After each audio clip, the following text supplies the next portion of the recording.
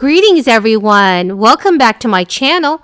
I hope that you are all having an awesome Friday night. Here is your fourth stimulus check update and daily news report. Republican lawmakers are really opposed to President Joe Biden's massive infrastructure plan. This means we may not see the infrastructure package pass soon. The winners of this week's $75 Amazon gift card giveaway are Karen Carbone and Kathy Tamayo. Congratulations to both of you! Next Friday evening, I will be announcing more gift card winners. To enter my giveaway, all you have to do is subscribe to my channel, like this video, and please remember to leave a comment below. Thank you so much, everyone. GOP opposition is hardening over a massive infrastructure plan and a revamp of regulating laws, scrambling the prospects of two of President Joe Biden's top domestic priorities.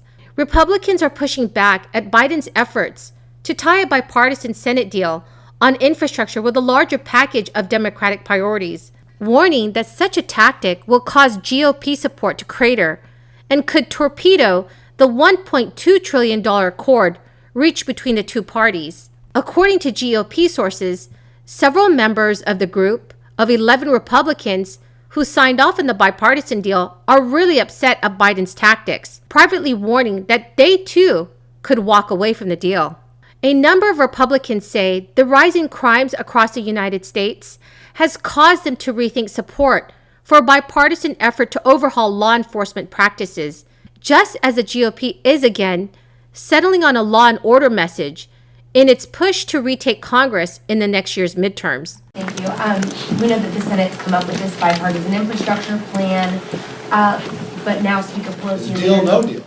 Deal, no deal. So, but they're saying now that there's going to be a two-track negotiation. It's a bipartisan and a budget reconciliation. What are your members saying about the fact that, yeah, they want a bipartisan package, but then there's going to be more money later on as a guarantee to make sure that both of those happen?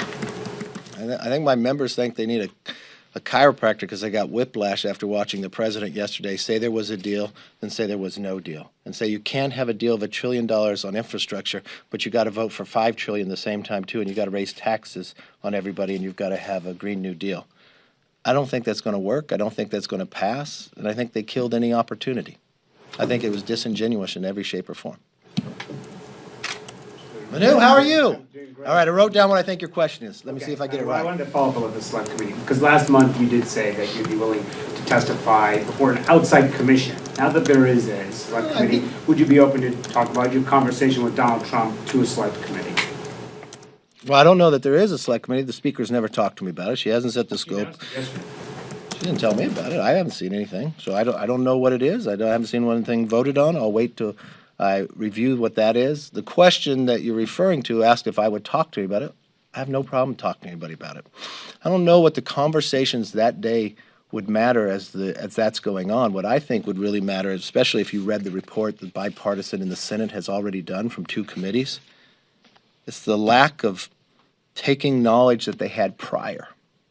A Senate aide familiar with the matter had told CNN News on Friday the group of 11 Republicans who signed onto the bipartisan infrastructure agreement met virtually to discuss how they wanted to handle Biden's comments to tie the bipartisan bill to the Democratic-only proposal. Many in the group were irritated about having stuck their necks out to back Biden's agreement in the first place, and having just been at the White House less than 24 hours before. Agreeing to the bipartisan deal was always going to put them at odds with some of their conservative colleagues, and they viewed the president's words as having undercut their good faith deal. And according to a source, in an afternoon conference call, GOP senators continued to express concerns over the White House's handling of the bipartisan infrastructure deal. The source had said frustrations boiled on the call. Members were dumbfounded by the White House press briefing. The source was referring to Friday's briefing, where White House Press Secretary Jen Psaki did not walk Biden's warning that the Democratic-only reconciliation bill must pass Congress before he would sign a bipartisan deal into law. Jen Psaki told reporters on Friday about Biden's desire to see both packages signed into law. That has not been a secret. He has not said it quietly. He has not even whispered it. He said it was very much out loud to all of you, as we have said many times from here. Republicans in the Senate have the power to derail both the bipartisan infrastructure deal and regulating legislation, given that the measures would need 60 votes to overcome a filibuster attempt in the 50-50 chamber.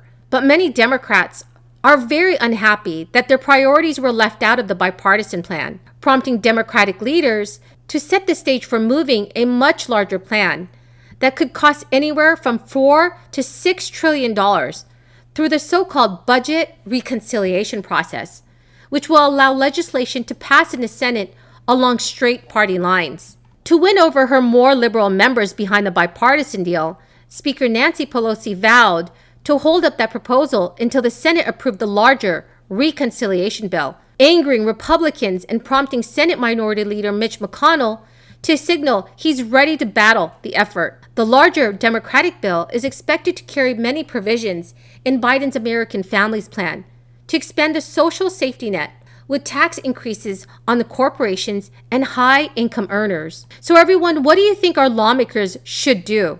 Should the budget reconciliation process be used again? Please leave your thoughts in the comment section below.